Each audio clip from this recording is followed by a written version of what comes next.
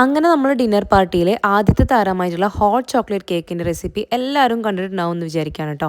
അപ്പോൾ അതിൻ്റെ കൂടെ തന്നെ ഞാൻ എടുത്തു പറഞ്ഞൊരു കാര്യമായിരുന്നു ഈ ഒരു കൊറിയാണ്ടർ ചിക്കൻ.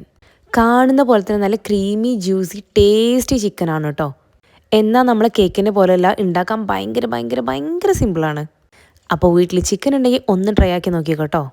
അതിനുവേണ്ടി ചെറുതാക്കി അരിഞ്ഞിട്ടുള്ള ബോൺലെസ് ചിക്കൻ പീസാണ് എടുത്തിട്ടുള്ളത്.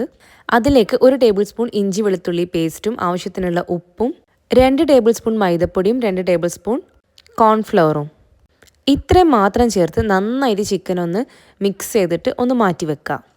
ഈ ഒരു പൗഡർ അതിൻ്റെ മേലെ നന്നായിട്ട് കോട്ടാൻ വേണ്ടിയിട്ടാണ് കേട്ടോ.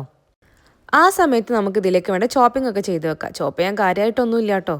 എത്രത്തോളം മല്ലിയില എടുക്കാൻ പറ്റുമോ അത്രത്തോളം മല്ലിയില എടുക്കുക. പിന്നെ എരിവിന് ആവശ്യത്തിനുള്ള പച്ചമുളകും കുറച്ച് വെളുത്തുള്ളി മാത്രമേ നമുക്ക് ചോപ്പ് ചെയ്യാനുള്ളൂ. മിനിമം ഒരു 10-15 മിനിറ്റൊക്കെ ചിക്കൻ റെസ്റ്റ് ചെയ്യാൻ വെച്ചതിന് ശേഷം ഒരു പാനിൽ ഓയിൽ ഒഴിച്ചിട്ട് ഈ ചിക്കൻ ഓരോന്നായിട്ട് അതിലേക്ക് ഇട്ടിട്ട് പൊരിച്ചെടുക്കുക കേട്ടോ. മൊത്തത്തിൽ ഒരുമിച്ചിടാൻ നിൽക്കരുത്, കാരണം മൈദമാവ് ഉള്ളതുകൊണ്ട് തന്നെ ഒട്ടിപ്പിടിക്കാൻ ചാൻസ് ഉണ്ട് കേട്ടോ. അപ്പോൾ ഓരോന്നായിട്ട് ഇട്ടിട്ട് നന്നായിട്ട് ഗോൾഡൻ കളറാകുമ്പം കോരി മാറ്റാം. ഇതുപോലെ ഗോൾഡൻ കളറായാൽ മതി, ബ്രൗൺ കളറൊന്നും ആവണ്ട കേട്ടോ. അതുപോലെ ഇത് ഹൈ ഫ്ലെയിമിലിട്ടിട്ട് പൊരിച്ചെടുക്കുക. അപ്പോൾ നല്ല സോഫ്റ്റ് ആയിട്ട് കിട്ടും.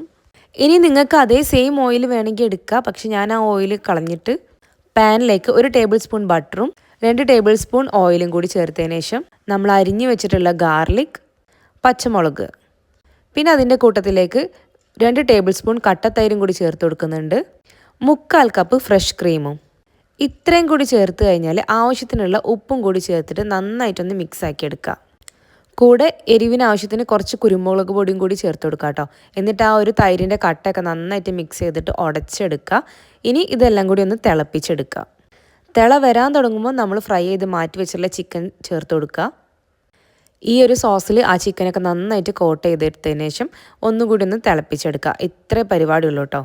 ഏറ്റവും അവസാനമായിട്ട് അതിൻ്റെ മേലേക്ക് നമ്മൾ ചെറുതാക്കി ചോപ്പ് ചെയ്ത് വെച്ചിട്ടുള്ള മല്ലിയില കൂടി മൊത്തത്തിൽ അങ്ങോട്ട് ഇട്ട് കൊടുക്കുക. മല്ലിയില ഇടാണ്ട് എന്ത് കൊറിയാണ്ടർ ചിക്കൻ അല്ലേ.